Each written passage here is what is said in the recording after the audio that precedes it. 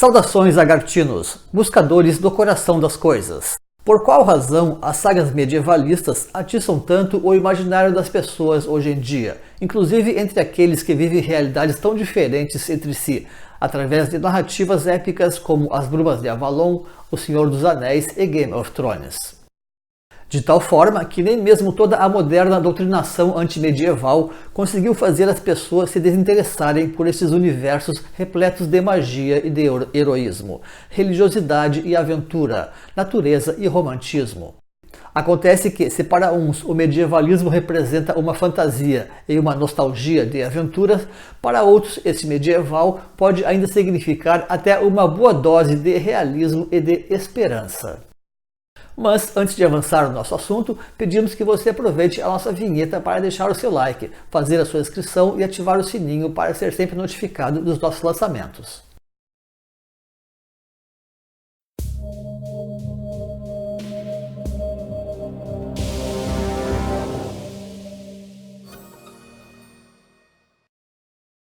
O amplo interesse pelo medievalismo revela, por um lado, uma nostalgia profunda de sociedades modernas que, apesar de relutarem contra a precariedade daqueles tempos mais antigos, não conseguem se furtar a riqueza do seu imaginário e sequer do espírito heróico pelo qual aspiram mais intimamente, para contrastar o tédio e a acomodação da vida moderna, afastada da natureza e até mesmo da aventura do imprevisível.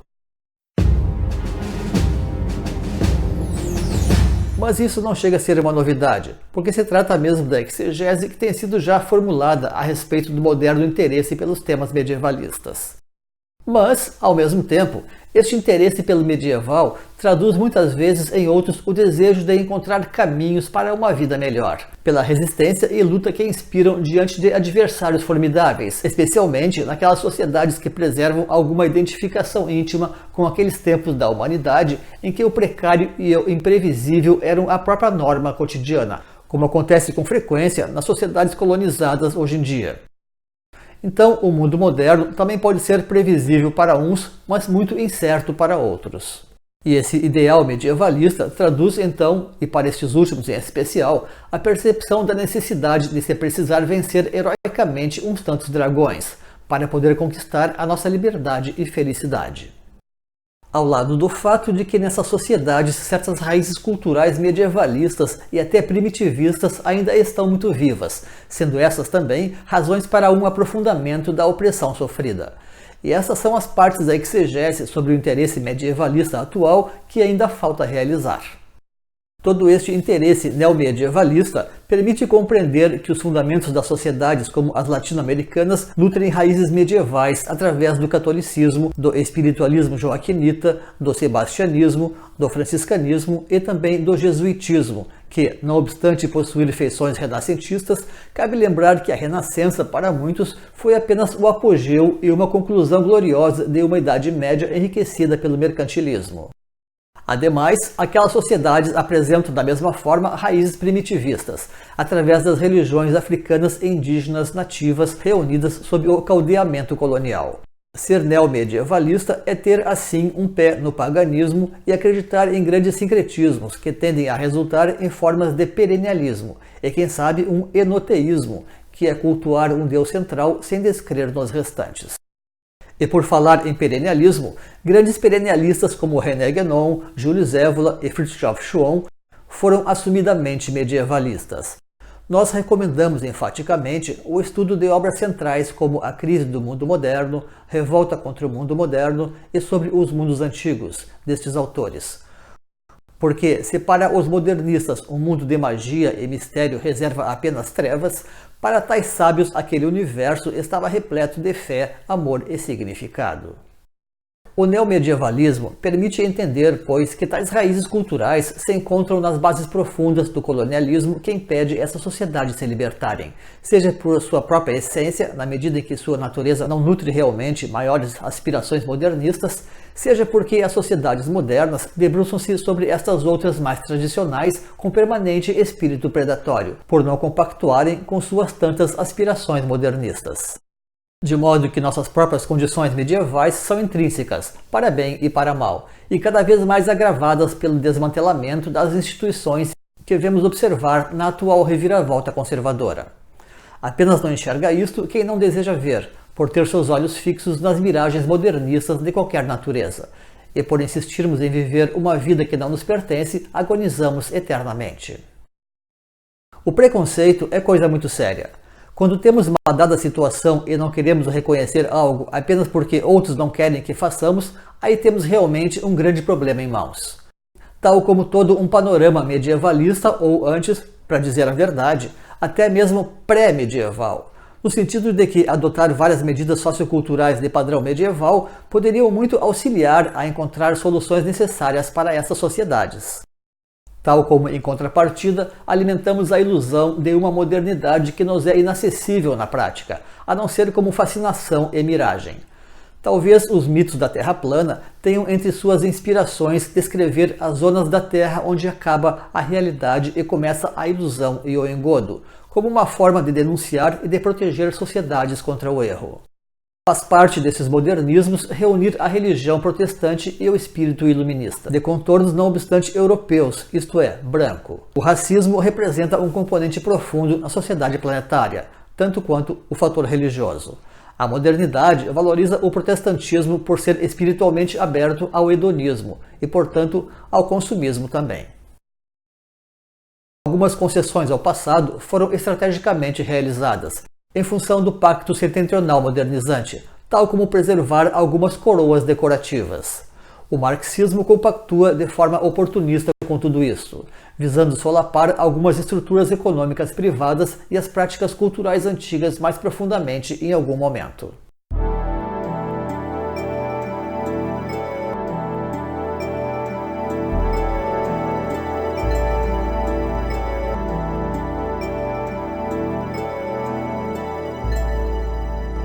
Então, o colonialismo representa um destino do qual essas sociedades de raízes medievais e primitivas não têm sido ainda capazes de se libertar, em boa parte justamente por não assumirem sua natureza e com elas as próprias estruturas medievais de caráter defensivo e libertador que possibilitou boa parte do planeta alcançar a verdadeira independência e assim avançar para a efetiva modernidade, respeitando também as suas próprias raízes ou identidades culturais.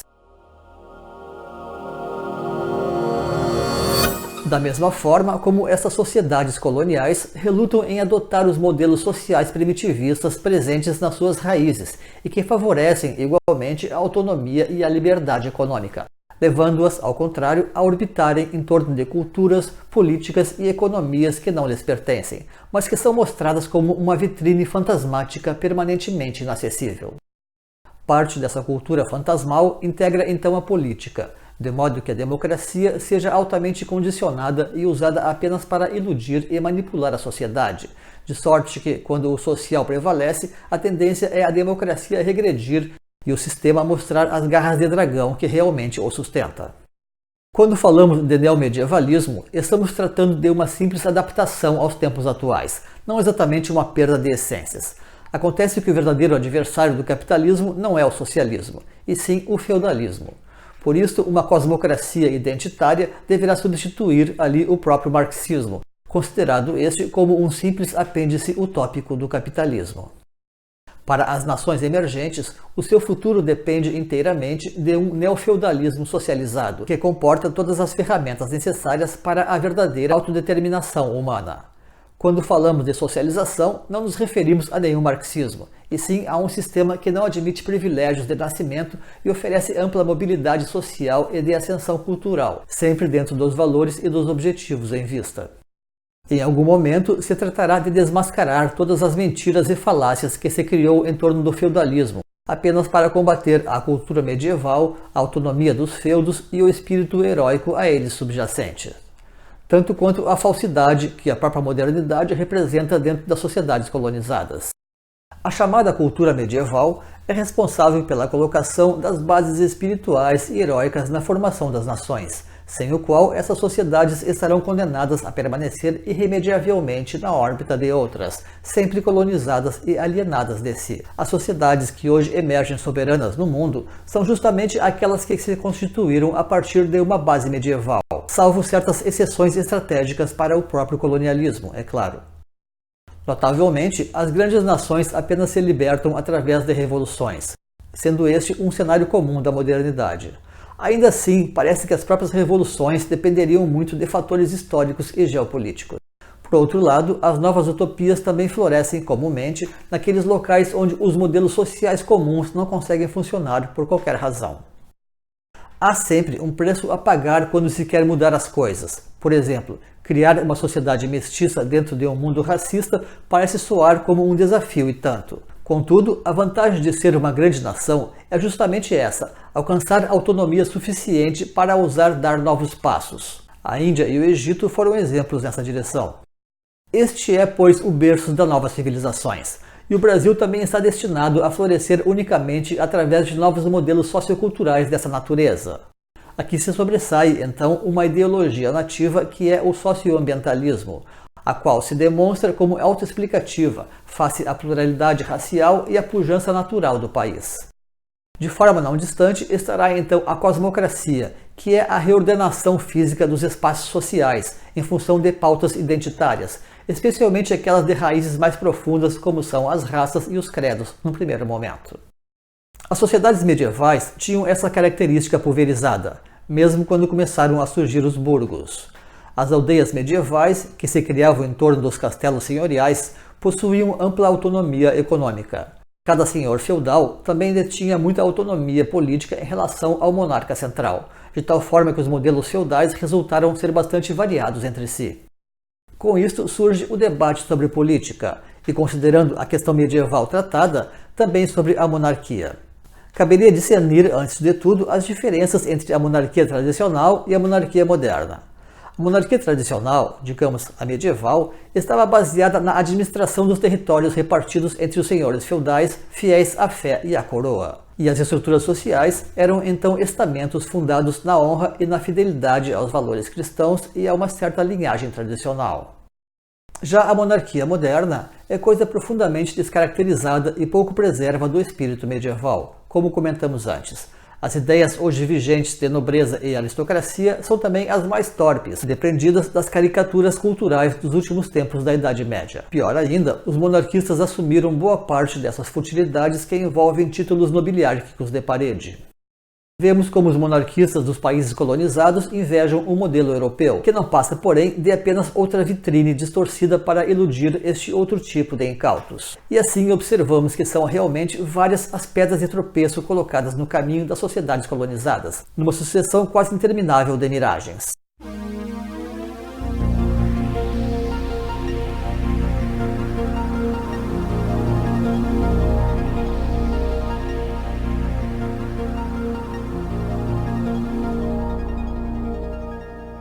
A centralização tem sido uma coisa muito nociva ao Brasil, que somente serve apenas ao próprio colonizador. Aquilo que deveria haver aqui é um simples Conselho Central da União, representativo das 5 grandes regiões do país, e com porta-voz rotatório para fins de diálogos internacionais. Tudo amparado por uma Constituição simples que enfatize justamente a ampla autonomia das regiões e também a indissolubilidade da Confederação sob os contornos de uma rica cosmocracia. Caberia voltar a enfatizar, então, o caráter administrativo das cidades e não as linhagens estabelecidas das casas nobres. Isso tampouco implica em eleições, e sim na indicação de experts, a partir de núcleos perfeitamente conscientes dos destinos da nação. Naturalmente, este modelo meritocrático se aproxima mais do padrão teocrático de governo que do monarquista. Acontece então que nenhuma nova civilização se afirma tampouco sem fincar na terra um novo alicerce religioso, capaz de alavancar os valores mais profundos da sua própria cosmovisão. E esta religiosidade, propriamente brasileira, pode ser entrevista na síntese da sua cultura, nos termos daquele enoteísmo já mencionado, aberto para práticas primitivas, tendo porém no centro um cristianismo de inspiração franciscana, joaquinita e sebastianista.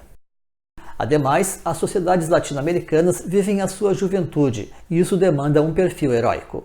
O conhecimento dos ciclos sociais das sociedades em formação, como se revelam aliás também no Brasil, tal como temos demonstrado já em outros vídeos, apontam agora para um estágio perfeitamente medievalista, numa fusão entre o comunitário e o religioso.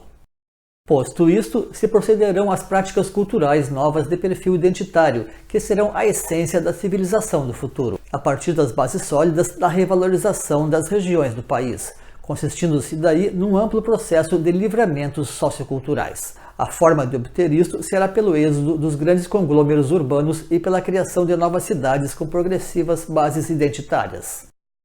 Pois a natureza dessas identidades também pode se transformar, evoluir e refinar com o tempo.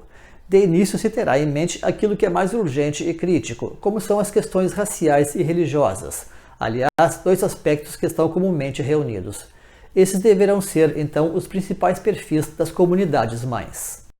E com o passar do tempo, também se poderá buscar formas mais profundas de identidades, a partir e no entorno de alguma comunidade mãe, por exemplo, algo à maneira das cidades solares da antiguidade que eram cercadas por diferentes vilas templárias.